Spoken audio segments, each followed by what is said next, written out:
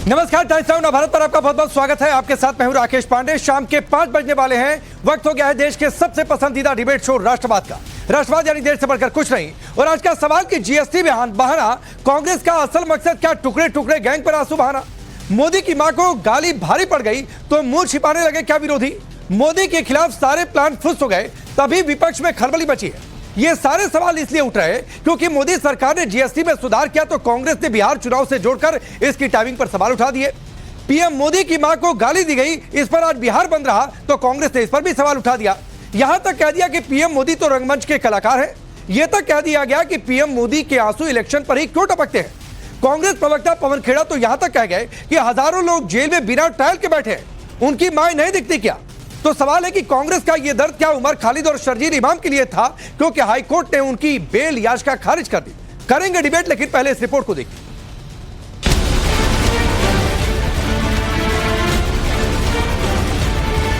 New rates will come into effect from 22nd September. देश में सरकार ने जीएसटी 2.0 लॉन्च कर दिया है।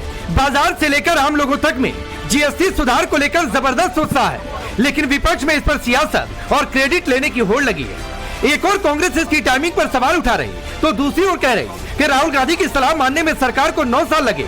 अगले 9 महीनों में इस सरकार की विदाई तय है। 2016 से राहुल जी 2 ही स्लैब्स की बात कर रहे हैं। इनको या तो समझने में 9 साल लग जाते हैं या अपने अहंकार को नीचे करके फिर राहुल जी की सलाह मानने में 9 साल लग जाते हैं, मुझे नहीं मालूम। अब हमने अभी एक आवाज कल उठाई है, अब इनके पास 9 साल तो बचे नहीं। अब अगले 8-9 महीने में भी, मुझे लगता है वो भी मैं ज्यादा बोल रहा हूं, 8-9 हफ्ते में ये भी सलाह मान ले राहुल जी की तो अच्छा रहेगा, नहीं तो फिर हम आके कर देंगे, चिंता मत। और जहां तक ये कहना कि राहुल गांधी के कहने पर हुआ है, देखिए भैया, गांधी परिवार के कहने पर तो ये सूर्य चंद्र भी आत जात करते हैं। ये गांधी परिवार ही कह रही तो ब्रह्मांड है, वरना ब्रह्मांड थोड़ी होता। आप बताइए भारतवर्ष होता क्या अगर गांधी परिवार नहीं होती? ये इनकी मानसिकता है कि सब कुछ इनके कहने पर हो रही है। और मैं केवल प्रवक्ता के नाते नहीं, एक साधारण व्यक्ति के नाते कहता हूं, जब भी भारतवर्ष में कुछ अच्छा होता है, भारत की आम जनता खुश होती है, तब कांग्रेस को मातम बनाने का पूरा मौका मिलता है। बीजेपी ने कांग्रेस की मानसिकता पर सवाल उठाया। बीजेपी कह रही है पूरा देश खुश है लेकिन कांग्रेस मातम बना रही। बात सिर्फ इतनी नहीं, बीजेपी पर हमला बोलते बोलते पवन खेड़ा गाली पॉलिटिक्स तक आए। पीएम मोदी ने अपनी मां को गाली देने पर कांग्रेस पर हमला बोला तो कांग्रेस ने उन्हें रंगमंच का कलाकार बता दिया। बात सिर्फ इतनी नहीं, पवन खेड़ा तो यहां तक कह गए कि जेल में लोग बिना ट्रायल के बैठे हैं, उनकी माएं नहीं दिखती क्या? ये टूल किट था और है, और अब ये टूल किट एक्सपोज हो चुका है कि पहले गाली दिलवाते हैं, फिर हंगामा मचाते हैं, फिर मुद्दा बनाते हैं, फिर मोदी जी आते हैं, आंसू टपकाते हैं और मेरी मां का अपमान हो गया ऐसे करके बोलते हैं। हाथ यूं होते हैं, आंखों में आंसू होता है, टोन एकदम बदल जाती है। रंगमंच को भी इससे बेहतर कलाकार नहीं मिले। उस आदमी को और किसी की मां नहीं दिखती, किसी का अपमान होता हुआ उसको कोई फर्क नहीं पड़ता। हजारों लोग बिना ट्रायल के जेल में बैठे हैं, उनकी मां नहीं दिखती। उस आदमी के आंसू सिर्फ इलेक्शन में ही क्यों टपकते हैं? क्यों सिर्फ बिहार ही बंद है? अब इस टूल किट को आप कितना भुनाओगे? ये टूल किट एक्सपोज हुए को भी कई साल हो गए। अब सवाल है कि पवन खेड़ा किसके बिना ट्रायल जेल में बैठे रहने की बात कर रहे हैं? क्या पवन खेड़ा का इशारा उमर खालिद और शर्जील इमाम की ओर है? क्या कांग्रेस और पवन खेड़ा को उमर खालिद और शर्जील को बेल नहीं मिलना खल रहा? जो देश विरोधी साजिश रचे, देश की साख गिराने की साजिश रचे, देश के टुकड़े टुकड़े करने की हसरत रखे, वो जेल में है तो कांग्रेस को क्या दिक्कत? केंद्रीय मंत्री किरण रिजिजू ने शर्जील इमाम का वीडियो पोस्ट कर 2 टूक कह दिया कि जो नॉर्थ ईस्ट को देश से काटने की बात करे उसे बर्दाश्त नहीं कर सकते। अगर 5 लाख लोग हमारे पास हो ऑर्गेनाइज्ड तो हम हिंदुस्तान और नॉर्थ ईस्ट को परमानेंटली कट कर सकते हैं। परमानेंटली नहीं तो कम से कम 1 महीने के लिए तो कट कर ही सकते हैं। मतलब इतना मवाद डाले पटरियों पर, रोड पे, उनको हटाने में 1 महीना लगे, है कि नहीं? जाए एयरफोर्स से, असम को काटना हमारी जिम्मेदारी है। असम और इंडिया कट के अलग हो जाए, तभी ये हमारी बात सुनेंगे। असम में जो मुसलमानों का हाल है आपको पता है, सीए नाफिज हो चुका है, वहाँ डिटेंशन कैंप में लोग डाले जा रहे हैं। एक दिन पहले कांग्रेस के उदित राज, शिवसेना उद्धव गुट की प्रियंका चतुर्वेदी और टीएमसी के महुआ मोइत्रा ने भी उमर खालिद और शर्जील को बेल नहीं मिलने को न्याय व्यवस्था का मजाक बताया था। तो क्या जीएसटी पर बोलते समय पवन खेड़ा का भी यही दर्द निकल कर सामने आया? तभी वो जीएसटी पर बोलते बोलते पहले पीएम मोदी को कलाकार बोले और फिर धीरे से वोट बैंक पॉलिटिक्स वाला खेल कर गए। वैसे उमर खालिद शर्जील का केस लटक रहा, तो इसकी सच्चाई क्या है खुद पूर्व सीजीआई चंद्रचूड़ ने बता दिया। एक इंटरव्यू के दौरान पूर्व सीजीआई चंद्रचूड़ ने कहा कि 7 बार उमर खालिद के वकील ने सुनवाई की तारीख बदलने की मांग की। आखिर में जमानत की अर्जी वापस ले ली गई। उमर की ओर से पेश होने वालों ने कोर्ट से बार-बार समय मांगा। किसी केस में बहस से इतनी हिचकिचाहट क्यों है? रिकॉर्ड से पता चलता है कि कोर्ट के सामने बार-बार एडजर्नमेंट याचिका डाली गई। तो सवाल तो है कि जानबूझकर केस लटकाओ और फिर न्याय व्यवस्था पर सवाल खड़े करो कि जमानत नहीं मिल रही। तो क्या ये दोहरा खेल चल रहा? पहला कि आरोप गंभीर तो उमर शर्जील का बचना मुश्किल, इसीलिए केस लटकाकर उन्हें बचाते रहो, और फिर दूसरा कि जेल में रहे तो तुष्टीकरण के सहारे वोट बैंक वाली पॉलिटिक्स खेलो। Bureau report, times now Bharat. तो चलिए अपनी रिपोर्ट देखिए। आपका परिचय मैं आज के मेहमानों से करवाता हूं। विजय शर्मा भारतीय जनता पार्टी के नेता और प्रवक्ता, अवधेश जी वरिष्ठ पत्रकार, जगदीश शर्मा जी कांग्रेस पार्टी के नेता, सारिका पासवान आरजेडी के नेता और प्रवक्ता, और सैयद जवाद है पॉलिटिकल एनालिस्ट के तौर पर स्टूडियो में। आप सभी का बहुत बहुत स्वागत है। जगदीश शर्मा आपसे शुरू करता हूं। कितना दर्द है भाई उमर खालिद शर्जील इमाम को लेकर? भाई राकेश पांडे जी, दर्द तो आपका पूरे देश को समझ में आ रहा है। गब्बर सिंह टैक्स याद है आपको? मेरे नेता राहुल गांधी ने 9 साल पहले कह दिया था जो सरकार अब पैरों में झुकी है जाके। बिहार के चुनाव की बात कर रहे हैं, प्रधानमंत्री जी की मां को गाली दे दी बिहार के किसी आदमी ने, वो भी कह रहे हैं कि उन्हीं का आदमी था। प्रधानमंत्री तो खुद ही मां का राजनीतिकरण करते हैं। अपनी मां के पैर छूते तो फोटो खिंचवाते हैं, नोटबंदी में लाइन में खड़ी कराते हैं, पीएम हाउस में एक दिन लाके उसको रेहड़ी पे चलाते हैं। भाई प्रधानमंत्री जी औरों की मां को मां नहीं समझते क्या? उन्हीं की मां बिहार के लिए बहुत अच्छी। आप कहते कि सारे भारतीय तैयार हो जाओ, मेरी मां का अपमान कर दे तो भी अच्छा लगता। ये बिहार में क्यों कहने पड़ा बिहार की माता बहने तैयार हो जाए? कहने के मैं समझता हूं अब ये ढोकर जगदीश जी सुनिए ना सर, जगदीश जी सुनिए ना, राहुल गांधी कहां कैमरे लेकर जाते हैं, या फिर जहां जहां वो जाते हैं कहां कैमरे पहुंच जाते हैं, तो ये डिबेट मैं करना नहीं चाहता हूं। कोई भी पब्लिक लाइफ में राहुल गांधी हो, प्रधानमंत्री मोदी हो, सोनिया गांधी हो, कोई भी हो, XYZ कोई भी नेता हो, वो जहां जाएगा कैमरे उसके पीछे जाएंगे सर। तो जगदीश शर्मा ये डिबेट मैं नहीं करना चाहता हूं, आपको पहले बता दे रहा हूं मैं। आपसे एक लाइन का सवाल ये पूछा था कि जीएसटी पर प्रेस कॉन्फ्रेंस चल रही थी और इसमें ये दर्द उछालने की क्या जरूरत कि हजारों लोग बिना ट्रायल के बैठे हैं? तो क्या ये दर्द उमर खालिद और शर्जील इमाम को लेकर था कि बेल क्यों नहीं मिली हाईकोर्ट से? राकेश पांडे जी, मुझे इतना बता दीजिए, जब अपनी मां के पैर आप छूते हैं तो कितनी बार कैमरा? अरे भाई मैं पब्लिक लाइफ नहीं हूं, लोगों से मैं वोट मांगने नहीं जाता हूं। आप मां को दिल मैं लोगों से वोट मांगने नहीं जाता हूं। मैं बता रहा हूं, मैं पब्लिक लाइफ में हूं, मेरी भी नहीं मिलेगी। नहीं सर, आप इतने बड़े नेता नहीं है जगदीश जी अभी। नहीं जगदीश जी, आप इतने बड़े अभी नेता नहीं बने हैं कि आपके पीछे जहां जहां जाएंगे वहां कैमरे होंगे। ये बात आप जान लीजिए। कांग्रेस पार्टी में भी सारे नेताओं के साथ ये स्थिति नहीं है। और देश की राहुल गांधी आपकी पार्टी के बड़े नेता, सोनिया गांधी बड़ी नेता, प्रियंका गांधी बड़ी नेता, वो जहां जाएंगे कैमरे जाएंगे, और जहां तक संभव होगा। तो तुलना मत करिए। इतना ही काम कर लो, अब देश की जनता मानने वाली नहीं है। और सुनिए, नहीं और सुनिए, पत्रकार कैमरा लेकर नेताओं के पीछे जाते हैं। पत्रकार अपने पीछे कैमरे नहीं लगवाते हैं, और जो पत्रकार अपने पीछे कैमरे लगवाते हैं वो नेता बन जाते हैं। और मैं उधर भी डिबेट नहीं ले जाना चाहता हूं। कोई भी बेटा अपनी मां के पैर छूकर फोटो नहीं डलवाता है। अरे कितनी तस्वीरें ढोंग करते हैं। और फिर वही बात है राहुल, अरे छोड़िए ना, मैं नहीं डिबेट उधर ले जाना चाहता हूं। मैं फिर सवाल दोहरा रहा हूं, मैं डिबेट बिल्कुल डिरेल नहीं। क्या ये दर्द उमर खालिद शर्जील इमाम को लेकर है? आप उमर खालिद शर्जील इमाम को बेल नहीं मिली इसलिए आप निराश हैं? जगदीश लोग जानते हैं। मैं आपसे उमर खालिद शर्जील इमाम को लेकर पूछ रहा हूं। पूरे भारत को बेल ना मिले, हमें कुछ लेना देना नहीं। अच्छा, मतलब पूरा भारत जेल के अंदर है? आपके हिसाब से पूरा भारत जेल के अंदर है कि उसको भले भी बेल ना मिले? बंद करो, ड्रामा बंद करो प्रधानमंत्री जी। हद स्थिति है। विजय शर्मा ड्रामा कौन कर रहा है? बंद करो। ठीक है आता हूं। विजय शर्मा ड्रामा कौन कर रहा है? ये कह रहे हैं कि आप कर रहे हैं। ये एक समीकरण बनाया जा रहा है कि ये ईवीएम से। देखिए राकेश जी, आप इनसे क्या उम्मीद कर सकते हो? एक हमारे यहाँ कहावत है कि हाथ कंगन को आरसी क्या और पढ़े लिखे को फारसी क्या।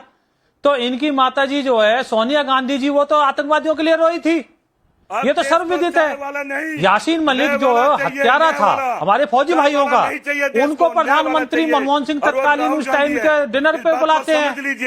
तो ये आतंकवादियों के लिए आतंकवादियों के ऊपर से केस खत्म किए जाते हैं। और बॉम्बे में जिस तरह से वो आतंकवादियों ने कुकर्ते किया था और उसको किस तरह से आरएसएस के ऊपर बढ़ने की कोशिश की थी, वो भी कांग्रेस के ही नेता थे, तो वो भी आपको पता है। और किस तरह से एक जो माता अब आज यहाँ दुनिया में नहीं है, किस तरह से, मतलब मैं अब वो शब्द यूज नहीं करना चाहता हूं, पर मुझे बड़ा दुख होता है। ये संजय जगदीश जी, आप अपने बच्चों को ये संस्कार देना चाहते हो? अरे वो चुने हुए प्रधानमंत्री हैं, प्रधानमंत्री, राष्ट्रपति, चीफ जस्टिस ऑफ इंडिया, वो आइडल होते हैं देश के। लोगों को संस्कार मिलते हैं, बच्चों को संस्कार मिलते हैं। अगर अपनी माँ के पैरों में बैठकर वो सेवा करते हैं तो क्या बुराई है इसमें? अगर कैमरा भी दिखा लेते तो क्या बुराई है? आपको क्या मिर्ची लगती है? आप कौन सा इटली का संस्कार लाते हो देश में? आप कौन सा संस्कार लाना चाहते हो इटली का? झूठ बोलता है, जहां आप पैरों में हाथ मिलाते हो और इस तरह से गलत तरीके से मिलते हो, वो आप एक मिनट मैं बीच में आता हूं, मैं बीच में आता हूं। एक मिनट, विजय शर्मा होल्ड। सुनिए जगदीश जी, सुनिए ना sir, please please please please please. मैं इस बात पर बिल्कुल डिबेट नहीं करने का इच्छुक हूं कि कौन नेता कहां गया, उसके पीछे कैमरा कहां तक गया। वो चाहे राहुल गांधी हो, सोनिया गांधी हो, और चाहे प्रधानमंत्री मोदी हो, अखिलेश यादव हो, तेजस्वी यादव हो, सबके साथ वो घर में पारिवारिक समय भी बिताते हैं, तो कैमरे वहां तक जाते हैं जहां तक संभव होता है, जहां तक वो अलाउ करते हैं। तो ये मैं डिबेट का मेरा विषय नहीं है। मैं आपको टाइमर ऑन करके दे रहा हूं। उमर खालिद शर्जील इमाम को बेल नहीं मिली, इसका इतना दर्द क्यों है आपको? जो इस देश के टुकड़े करने की हसरत पाले, आपके नेता कह रहे बेल नहीं मिली, न्याय व्यवस्था का मजाक उड़ गया। पांडे साहब, मुद्दों से भटकाओ मत। देश मैं मुद्दे से नहीं भटका रहा हूं, मेरी पहली लाइन है डिबेट की। समस्या ये है, जीएसटी बहाना, असल मकसद वोट चोर गद्दी टुकड़े टुकड़े गैंग पर आंसू बहाना। मेरी डिबेट की ये पहली लाइन है जगदीश जी, तो मैं अपने डिबेट से भाग नहीं रहा हूं, आप मेरे टॉपिक से भाग रहे हैं, और ये लाइन सबको बताई जाती है। ये है, वोट चोरो गद्दी छोड़ो। नहीं सर प्लीज, देश का बच्चा ना आऊंगा उस पर। आप उमर खालिद शर्जील इमाम पर बोलिए, मैं आपको चैलेंज दे रहा हूं। आप उमर खालिद शर्जील इमाम पर बोलिए, मैं अपना बोलना बंद कर दूंगा। मैं आपको चैलेंज दे रहा हूं। की बात करेंगे, हाँ, ये कोर्ट का काम है। नहीं, बेल दे या न दे, कोर्ट का काम है, हमारा काम नहीं है। अच्छा, न्यायपालिका हमारे अंडर नहीं है। अच्छा, मोदी के अंडर है। अच्छा, वो तय करेंगे जमानत किसको मिलनी है, क्या नहीं मिलनी है। अच्छा, आपने देखा छोटे छोटे मामले में अच्छा, 3 साल लोग आप जेल में रखते हो, रखो। अच्छा, जैसा करोगे वैसा भरोगे। अच्छा, समय आ रहा है। अच्छा, समय आ रहा है। हाँ। और सबसे पहले मैं तो समझता हूँ देश को, मीडिया को सुधारना पड़ेगा। ये मीडिया मोदी से भी ज्यादा खतरनाक है। अरे भाई जगदीश जी प्लीज, जगदीश जी प्लीज, ये मोरल टीचिंग मत दीजिए। आप अपने गिरबान में झांकिए, आप अपने गिरबान में झांकिए जगदीश जी, गिरबान में अपने झांकिए। अवधेश जी को मैं लाता हूँ डिबेट में। अवधेश जी, विजय जी रुक जाइए, नहीं रुकिए। ये मीडिया पर आए तो मीडिया से ही जवाब मिलेगा। ये मीडिया पर आए तो मीडिया और पत्रकारों से ही जवाब मिलेगा। अवधेश जी, ये 1.5 मिनट मैंने टाइमर ऑन करके ये रिक्वेस्ट करता रहा कि उमर खालिद शर्जील इमाम पर बोलिए। पवन खेड़ा ने अगर ये कहा कि हजारों लोग बिना ट्रायल के बैठे हैं, तो मैंने ये भी सवाल पूछा कि क्या वो दर्द उमर खालिद और शर्जील इमाम को लेकर था? इनके पास ये भी विकल्प था, बोल देते कि नहीं उनको लेकर नहीं था, लेकिन ये नहीं बोले। और नहीं बोले क्योंकि इनकी पार्टी के एक नेता ने कहा था कि बेल नहीं मिला तो न्याय व्यवस्था का मजाक है। रुकिए ना, और ऊपर से मीडिया को धमकी कि मीडिया को ये सुधारेंगे। नहीं तो जगदीश शर्मा तो वही प्रतिध्वनित करेंगे जो पार्टी कर रही है। पार्टी ने तय किया है कि इस विषय पर बोलना ही नहीं है। देखिए, इस समय का सिचुएशन यह है कि कांग्रेस के अधिकृत प्रवक्ताओं को छोड़ दीजिए, तो लीगल और बाकी उन सबके एक्स हैंडल जाके देख लीजिए। एक उमर खालिद का एक भाषण जो है किया जा रहा है कि ऐसे व्यक्ति को जमानत नहीं मिली है, इन्हीं के वकील लोग हैं, जरा जाइए एक्स पर और देखिए। उसका एक भाषण है जिसमें वो गरीबों की बात कर रहा है, किसकी बात कर रहा है, वो कानून में बदलाव की कुछ बात कर रहा है। तो बोला कि इस तरह के व्यक्ति को इतने साल जेल में किस आधार पर रखा जा रहा है, कुछ अजीब अजीब टाइप के है। और 1-2 नहीं है, ये कल से ही सोशल मीडिया पर आप देखेंगे तो ये चल रहा है। तो ये बताने की जरूरत नहीं है कि पीरा कहां है। इन लोगों के जो 18 लोग थे, इनके मुकदमा लड़ने वाले कौन लोग थे, इनकी मीटिंग कहां होती थी? अभी एक मीडिया हाउस ने बाजाप्ता इस बात के प्रमाण के साथ छापा है कि शर्जील इमाम, उमर खालिद और योगेंद्र यादव, इस सब किसके घर पर बैठे थे जहां की बात हो रही थी कि कैसे डोनाल्ड ट्रंप की यात्रा के समय कैसे दिल्ली में जो है थोड़ी अव्यवस्था पैदा की जाए। अरे जगदीश जी, कुछ सच्चाई सुन लीजिए। मुझे कांग्रेस से कोई बैर नहीं है, आप भी हमारे पुराने मित्र हैं, काहे ऐसे चिल्लाते रहते हैं गला फाड़ के। आपकी पार्टी नहीं, सुनिए, आपकी पार्टी अगर उसको न्याय व्यवस्था पर अगर थोड़ा भी विश्वास है तो जमानत न देते हुए जो टिप्पणी हाई कोर्ट ने की है उसको एक बार देख लीजिए। उसने कहा है कि विरोध करना आपका अधिकार है, लेकिन षड्यंत्र पूर्वक हिंसा करना उसकी स्वीकृति नहीं मिल सकती है। और इसमें षड्यंत्र पूर्वक हिंसा की बू आती है तो मीडिया तो वही दिखाएगा ना जो कोर्ट ने कहा है, जो सच्चाई दिखती है। मैं आगे और दिल्ली पुलिस ने जो चार्जशीट दायर किया है उसमें बताया जा रहा है कि कैसे सीएए को दादी नानी के नाम पर झूठ बोला गया, कैसे व्हाट्सएप ग्रुप बनाए गए, कैसे तय किया गया कि तिमारपुर में मेट्रो को कैसे डिस्टर्ब करना है, वहां कौन पत्थर चलाएगा, एक पेट्रोल पंप में कैसे आग लगानी है, सारे देश के सामने और कोर्ट के सामने है। ठीक है, और उसमें कांग्रेस मेरी रिक्वेस्ट है आपसे, कुछ नेताओं के आप नाम लोग है। पहले ये तय कर लीजिए भाई कि आपको लड़ना किससे है। आपको इस देश की मीडिया से लड़ना है या बीजेपी का मुकाबला करना है, ये आप लोग पहले तय कर लीजिए। आप लोग इसी में कंफ्यूज हैं। ऑपरेशन सिंदूर होगा तो तमाशा हो गया, ठीक है, एयर स्ट्राइक हो गई तो सबूत लेकर चले आओ, ठीक है, बिहार में एसआईआर हो गया तो टाइमिंग को लेकर आप सवाल उठा देंगे। प्रधानमंत्री मोदी ने अपनी मां को गाली दी गई, इस पर दुख जताया, इस पर दुख जताया तो आप कलाकार कह देंगे और फिर आप कहेंगे कि मीडिया इसे दिखा क्यों रहा है, मीडिया सवाल क्यों कर रहा है। आपकी पार्टी के नेता अगर कुछ भी बोलकर चले जाए उस पर सवाल करो तो मीडिया दिखा क्यों रहा है। रुकिए राकेश पांडे जी, हाँ, जो बीजेपी को बोलना चाहिए वो आप लोग बोलते हैं। अरे प्लीज, बीजेपी नहीं बोलती है, आपको भी बोलते हैं। और सुनिए, आप जनता की बात करिए, हालात की बात करिए। सुनिए जगदीश जी, मैं आपके लेवल पर उठकर डिबेट नहीं करना चाहता हूं, वरना आप लोग यहां पर बोलते हैं उसका टेप जाकर पाकिस्तान में बच जाता है और आप लोग उसका कवर फायर देकर घूमते रहते हैं। तो मत उधर लेकर जाइए डिबेट को। मैं कह रहा हूं आपको जवाब देना बहुत मुश्किल हो जाएगा। दो मेहमान अभी तक नहीं बोले, रुक जाइए। सारिका पासवान, सारिका पासवान, दो सवाल आपसे हैं, दो सवाल आपसे हैं। प्रधानमंत्री मोदी कलाकार, मतलब कुछ भी बोल देंगे, मतलब मां का दुख अगर किसी एक बेटे ने कहा तो वो कलाकार हो गया, पहला। दूसरा है ये शर्जील उमर खालिद को बेल नहीं, इस पर आपका स्टैंड क्या है पार्टी का, वो भी बता दीजिए। देखिए, सबसे पहले तो प्रधानमंत्री जी के सवाल पे मैं आपको जवाब दे दूं कि प्रधानमंत्री जी के माता के अपमान पे 3 दिनों से बहुत जबरदस्त डिबेट चला, हर चैनलों पे चला, प्राइम टाइम्स में चला कि किस तरीके से नरेंद्र मोदी जी के माता का अपमान किस मंच से हुआ। माफी मांगे राहुल गांधी, माफी मांगे तेजस्वी यादव। आज बिहार में आहूत की गई थी बिहार बंद का, और मुझे उम्मीद थी कि उस पर हम आज चर्चा करेंगे कि किस तरीके से सड़कों पे आज भाजपा के कार्यकर्ताओं ने एक महिला शिक्षिका को धक्का दिया, किस तरीके से आज भाजपा के कार्यकर्ताओं ने गर्भवती महिला को हॉस्पिटल जाने से रोका, और इतना ही नहीं, ये तक प्रश्न कर दिया कि दर्द उठना अभी जरूरी था क्या, जब पता था कि 7 बजे से लेकर 12 बजे तक बिहार बंद है, भाजपा ने बिहार बंद करवाया है। तो महिलाओं के प्रति ये सम्मान जो है ना, आज बिहार की सड़कों पे अब भेज दे क्या वीडियो, यही तो बात है। आप लोग कहां से आ गया है? 12 बजे तो बंद समाप्त हो गया।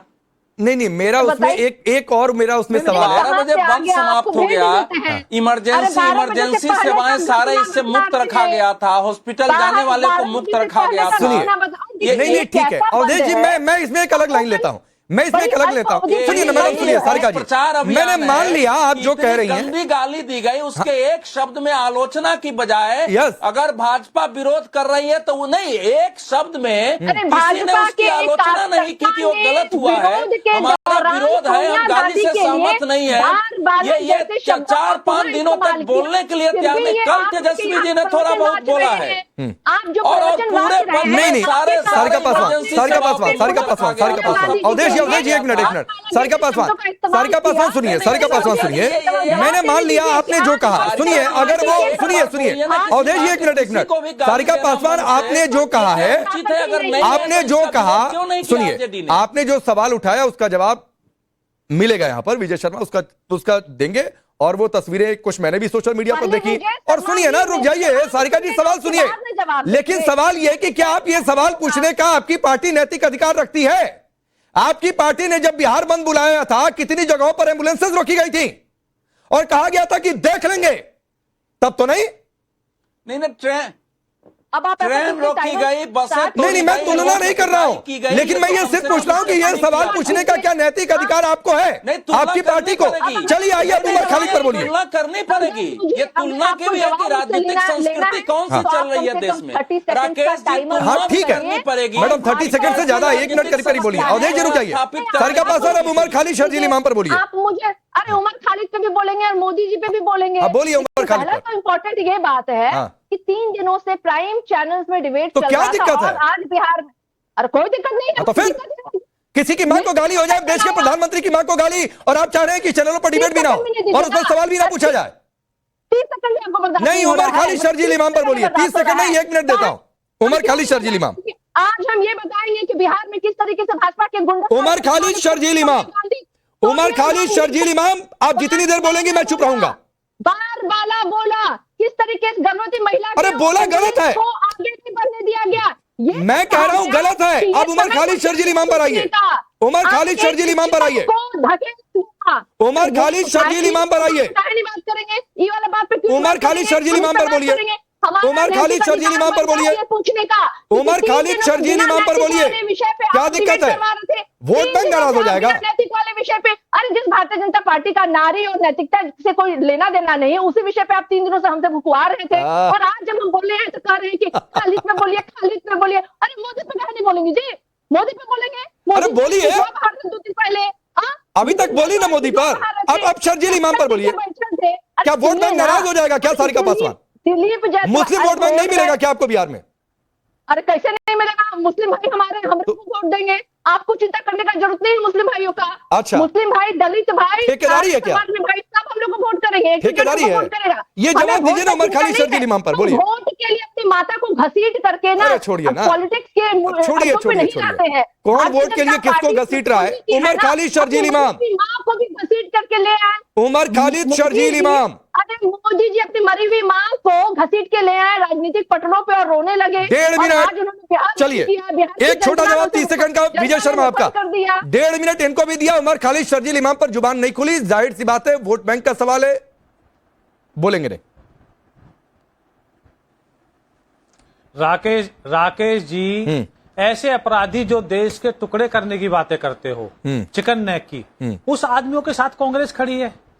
कमाल की बात है। और देश के प्रधानमंत्री जो, उनकी माताजी अभी रही भी नहीं है, उनको गाली देने वाले को कैसे बचाव कर रहे हैं कि उसने गाली थी उसने गाली थी, तो आप क्या सर्टिफिकेट देना चाहते हो कि और गाली दीजिए? और मैं बताता हूं 2007 से शुरू हुआ ये, जब मौत के सौदागर सोनिया गांधी जी ने बोला था मेरे प्रधानमंत्री को, उस टाइम मुख्यमंत्री थे, तो इस सिलसिला तो तब से शुरू हुआ है। तो ये चाहते हैं गाली दे, क्योंकि इनको लगता है कि गरीब का बेटा कैसे प्रधानमंत्री बन गया।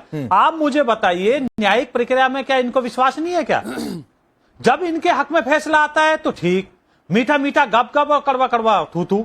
ये कौन सी बात हो? सारिका जी कह रहे हैं हमारा तो 7 बजे से बंद था, हमने तो पूरी मानवता का ध्यान रखा। आपकी तरह थोड़ी है कि आपके यहाँ किस तरह से हाल होता है और बसें किस तरह से रोकी जाती है। और मैं दूसरा बताना चाहता हूँ, एक अभी बात रखी जगदीश जी ने कि अपनी माताजी को लाए। मैं एक वीडियो, आप देखिए वीडियो, राहुल गांधी अपने माताजी के साथ फल तोड़ रहे हैं 10 जनपद में, और फिर उसका जैम बना रहे हैं, वो भी मैं फोटो दूं। वहां क्यों ऐसा राहुल गांधी जी ने किया? तो ऐसा भ्रमित ना करें टीवी के ऊपर बैठ के। ठीक है, और माता तो माता, ठीक है। नहीं, मैंने पहले ही कह दिया कि मैं इस पर डिबेट नहीं करना चाह रहा हूं कि कौन किसके साथ फल तोड़ रहा है, कौन किसके जूते कहां बांध रहा है, कौन किसके साथ। नहीं, ये पारिवारिक रिश्तों पर डिबेट नहीं है। बड़े नेता हैं, कोई भी है, उनके साथ कैमरा जाएगा, और अगर आप कहते हैं कैमरा क्यों चला गया, तो फिर आप अपने गिरबान में जाके कि आपके नेता के साथ कैमरा कहां गया, मैं उधर नहीं चर्चा करना चाहता हूं। अब सैयद जवाद जी, खालिद शर्जील इमाम पर देखिए, यहां ना जगदीश जी का मुंह खुला, ना सारिका पासवान का मुंह खुला। पवन खेड़ा ने कहा कि इन माओं का दर्द नहीं दिखता है, तो मतलब ये पूरा दर्द खालिद शर्जील इमाम, वोट बैंक का सवाल। सभी को मेरा जय हिंद, जय संविधान। बात का आगाज एक शेर से करता हूँ कि हमें खुशबू की तरह महसूस किया जाए, हम कोई शोर नहीं है जो सुनाई देंगे। हमें खुशबू की तरह महसूस किया जाए, हम कोई शोर नहीं है जो सुनाई देंगे। और फैसला जो कुछ भी लिखा है पहले से खिलाफ, आप क्या खाक अदालत में सफाई देंगे? देखिए, हम कहते हैं कि इंसाफ है। उमर खालिद शर्जील इमाम नहीं, हम अपनी बात कर रहे हैं। आप खुशबू का, अब शेर का मतलब निकालना चाहेंगे तो उसके लिए पढ़ना पड़ेगा। दूसरी चीज, अब जो निकालिए, एक वसीम बरेलवी साहब का शेर था, वो बहुत पहले लिखा है। दूसरी सबसे बड़ी बात कह रहा हूं, आपको आदरणीय प्रधानमंत्री जी की बात राकेश जी, इन्होंने कहे मना हुए, नहीं अरे किया। रुक जाइए साहब, ये मैं किसी के बीच में नहीं बोला। तरह से उंगली उठाते दूसरी सबसे बड़ी बात मैं कह रहा हूं कि आदरणीय प्रधानमंत्री जी की माता का जिस शख्स ने अपमान करा है उसके खिलाफ सख्त से सख्त, कड़ी से कड़ी कानूनी कार्रवाई होनी चाहिए, क्योंकि वो आदरणीय प्रधानमंत्री जी की सिर्फ माता नहीं है, वो मेरे लिए भी उनकी माता है और देश के लिए भी माता है। उनके खिलाफ कार्रवाई होना चाहिए। आदरणीय प्रधानमंत्री जी का दर्द मैं समझ सकता हूं, मैंने भी अपनी मां को 1.5 साल पहले और वालिद को खोया है, मैं जानता हूं वो तकलीफ को। लेकिन आपको एक दर्द और भी बताता हूं, एक मां का दर्द आपके सामने है। वो दर भटकती रही, चीखती रही, चिल्लाती रही कि मेरा नजीब कहां है। नजीब की मां का दर्द सुनाई दिया? किसी ने आवाज उठाई उस मां के लिए जिसका बेटा कहां गायब हो गया? देश की एजेंसियां बता नहीं पाई। आदरणीय प्रधानमंत्री जी को उस मां का भी दर्द समझना चाहिए। वो दर चिल्लाती रही, तमाम मीडिया चैनल्स के अंदर जाती रही, लेकिन उसका बेटा आज तक मिल करके नहीं दिया। जकिया जाफरी का दर्द आपको याद आया? दर भटकती रही, इंसाफ नहीं मिला। खामोश बैठिए, मैं बीच में यार इनको रोकेंगे नहीं रोकेंगे, मैं बीच में बोला आप देखिए, चिंता नहीं हुई। अरे सुनिए आप चुप जाइए, थोड़ी देर सुनिए, ठीक है? उसके बाद आप अरे भाई अवधेश जी, मैं माजरत के साथ कह रहा हूं कि खामोश हो जाइए, मैंने आपको सुना है। बिल्किस बानो का दर्द नहीं याद आया? सुनिए, बिल्किस बानो का दर्द नहीं आया? वो भी तो किसी की माँ थी, माँ है, वो दर्द नहीं आया? करके और यहाँ जिस ढंग से मणिपुर में जिन महिलाओं को नंग्न परेड कराई गई, 54 लोग वो भी तो किसी की माँ थी, वो भी तो किसी की बेटी थी, वो भी तो किसी की बीवी थी, वो भी तो किसी की बहन थी। वो दर्द याद नहीं आया? 2 अल्फाज नहीं बोलने गए, आदरणीय प्रधानमंत्री जी चले जाते। और एक बात जिम्मेदारी से कह रहा हूं, तीसरी सबसे बड़ी चीज कह रहा हूं, जब दलितों की बात आती है, मुसलमानों की बात आती है, ओबीसी की बात आती है, न्याय होता दिखता नहीं नजर आता। और सवाल खड़े हो रहे हैं, बड़ी बड़ी हम नहीं खड़े करे, इंटरनेशनल लेवल अब एक सवाल आप इतनी देर तक बोले, मैं बीच में नहीं आया। एक मिनट अवधेश जी, सैयद जवाद सुनिए, सैयद जवाद, आप जाकिया जाफरी से लेकर नजीब से लेकर आप मणिपुर तक चले गए, उमर खालिद शर्जील इमाम पर नहीं बोले। आपकी नजर में उमर खालिद शर्जील इमाम का बेल होना न्याय है कि अन्याय है? मैं ये पूछ रहा हूं आपसे सीधा, न्याय या अन्याय? मैं इस कॉन्टेक्स्ट में इस बात को न्याय या अन्याय के तौर पे नहीं देख रहा। मुझे इसी तौर पर जानना है, सिर्फ इस तौर मुझे इसी तौर पर जानना है। मैंने तो उमर खालिद शर्जील को बेल नहीं मिलना न्याय या अन्याय? बेल उनका अधिकार है, उनको मिलना चाहिए। और मतलब जो देश मिलना चाहिए, मिलना चाहिए, बेल अधिकार है, बेल अधिकार है। सैयद जवाद, मैं खुल करके कह रहा हूं, हो रहे देश के सामने जो चिकन नेक को तोड़ने की बात करे, जो असम को हिंदुस्तान को अलग करने की बात करे, उसको मणिपुर जला दिया देश में खुला छोड़ दिया सरकार के दौर में। मणिपुर जलता रहा, मणिपुर मणिपुर जलता रहे सरकार। Syed Jawad, shame on you, जो शर्म आनी चाहिए आपको। मुझे शर्म आ रही है, बिल्कुल शर्म मुझे शर्म इस चीज की आ रही है आप बहुत बेशर्मी से देश के सामने ये बात कर रहे हैं कि उमर खालिद और शर्जील इमाम को बेल मिलनी चाहिए, की बात होती है, उस आदमी को बेल मिलनी चाहिए जो कह रहा है कि चिकन नेक को अलग कर दो, जब ओबीसी की बात होती को इंडिया से अलग कर दो, असम को भारत से अलग कर दो। आप वैसे आदमी को कह रहे हैं कि देश में खुला छोड़ दो। कौन किसने कहा खुला छोड़ दो? आप कह रहे हैं। मैंने कब बेल मिलने का मतलब क्या होता है? बेल मिलने का मतलब क्या होता है? कितने लोग? अच्छा सुनिए, आसाराम को राम रहीम आसाराम पर मत जाइए, सुनिए, अभी आसाराम पर मत जाइए। राम रहीम आसाराम ने इस देश को तोड़ने की बात नहीं की। आसाराम ने जो अपराध किया उस अपराध की सजा मिलेगी। देश को तोड़ने की बात और अपराध दोनों अलग चीजें। जिन आपको नजीब, अभी मैंने आपसे कहा, मैं आपसे जो पूछ रहा हूं, दर्द नहीं शर्जील इमाम का बयान, शर्जील इमाम आप अभी नजीब से मिला हूं, आप नहीं अभी आपको नजीब और जाकिया जाफरी तक नहीं जाने दूंगा। सैयद जवाद, मैं आपको नजीब और जाकिया जाफरी तक नहीं जाने दूंगा। मैं आपको कह रहा हूं, नहीं जाने दूंगा। मैं हर उस मजलूम तक सैयद जवाद, मैं आपको नहीं जाने दूंगा। तो यार उमर खालिद, अब रुक जाइए, अवधेश जी, अब रुक जाइए। सैयद जवाद, आपकी बेशर्मी इस देश ने देख ली। सैयद जवाद, मैं खुलकर कह रहा हूं, आपकी बेशर्मी इस देश ने देख ली। अवधेश जी, इनके हिसाब से उमर खालिद शर्जील इमाम, इनके हिसाब से उमर खालिद शर्जील इमाम मजलूम है। जो आदमी ये कहे कि नॉर्थ ईस्ट को अलग कर दो, भारत को अलग कर दो, चिकन नेक को काट दो, अरे ट्रायल और मुस्लिमों को भड़काने के लिए करिए ना ट्रायल। ट्रायल होगा नहीं होगा? पूर्व सीबीआई ने क्या कहा? चंद्रचूड़ ने क्या कहा? आप बताइए क्या कहा? उसके बाद मैंने अभी कहा, अभी आपसे, क्या कहा? नजीब की मां का दर्द क्या कहा? क्या कहा? किसी ने क्या कहा? नहीं सुना। अब नहीं, क्या रिपोर्ट आई नजीब की चंद्रचूड़ मां ने, के लिए? अब मैं एक मिनट, अवधेश जी में आ रहा हूं, सुनिए मैं देश को बताता हूं, उसको हम क्या सुनते हैं? पूर्व इस देश के एक मिनट इस देश के पूर्व मुख्य न्यायाधीश ने क्या कहा कि 7 बार उमर खालिद के वकील ने सुनवाई की तारीख बदलने की मांग की। क्यों मांग की भाई? आखिर में जमानत की अर्जी वापस ले ली गई। क्यों ले ली गई भाई? उमर की ओर से पेश होने वालों ने कोर्ट से बार बार कहा कि माय लॉर्ड अगली तारीख दीजिए, समय दे दीजिए, समय दे दीजिए। किसी केस में बहस में इतनी हिचकिचाहट क्यों है? इसलिए पूर्व सीबीआई का सवाल है, युवाओं को क्यों नहीं उसका पूरा फाइनल सुनवाई होती है? जिस राजनीतिक षड्यंत्र के रिकॉर्ड तहत से ये बंद पता किया चलता जा रहा है, वो हम जानते हैं। अब अवधेश क्या जी, राजनीतिक अवधेश षड्यंत्र जी, है? रिकॉर्ड से ये अपनी पता चलता आलोचना है नहीं सुन सकती कि है कोर्ट सरकार। के सामने ये दिक्कत बार है। बार कोर्ट के ये सामने दिक्कत बार है। बार एडजमेंट सरकार, याचिका हम डाली आपके गई, कल आपके तो ऊपर आखिरकार ये एडजमेंट याचिका क्यों? अब रुइए, अवधेश जी, मुसलमान और रुइए, ये मुसलमानों वाला कार्ड मेरे सामने मत खेलिए। सैयद जवाब, ये मुसलमानों वाला कार्ड मेरे सामने मत खेलिए। अवधेश जी, हाँ खेलते रहिए सर, खेलते रहिए, कोई फर्क नहीं पड़ता, खेलते रहिए, खेलते रहिए, कोई फर्क नहीं पड़ता। अवधेश जी बोलिए। लोगों के साथ ठीक है सर, हो गया। अवधेश जी बोलिए। नहीं सैयद जब बात जरा शांत हो जाए। राकेश पांडे जी, इन्होंने केवल शर्जील इमाम उमर खालिद की बात नहीं की है।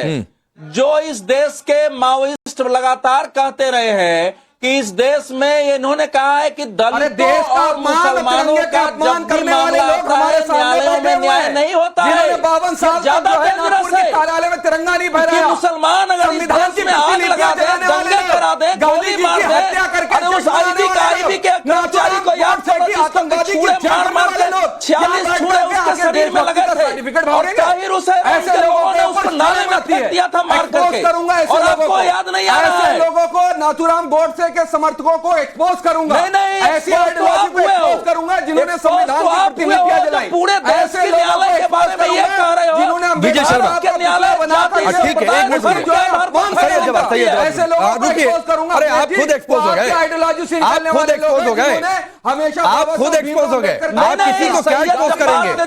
आप किसी को क्या एक्सपोज करेंगे? हम जानते हैं ऐसे लोगों को। सैयद जवाद, आप किसी को क्या एक्सपोज करेंगे? अरे खुद नंगे हैं। आप खुद एक्सपोज हो गए देश के सामने। विजय शर्मा ये खुद एक्सपोज हो गए। इनके लिए उमर खालिद शर्जील इमाम मजलूम है।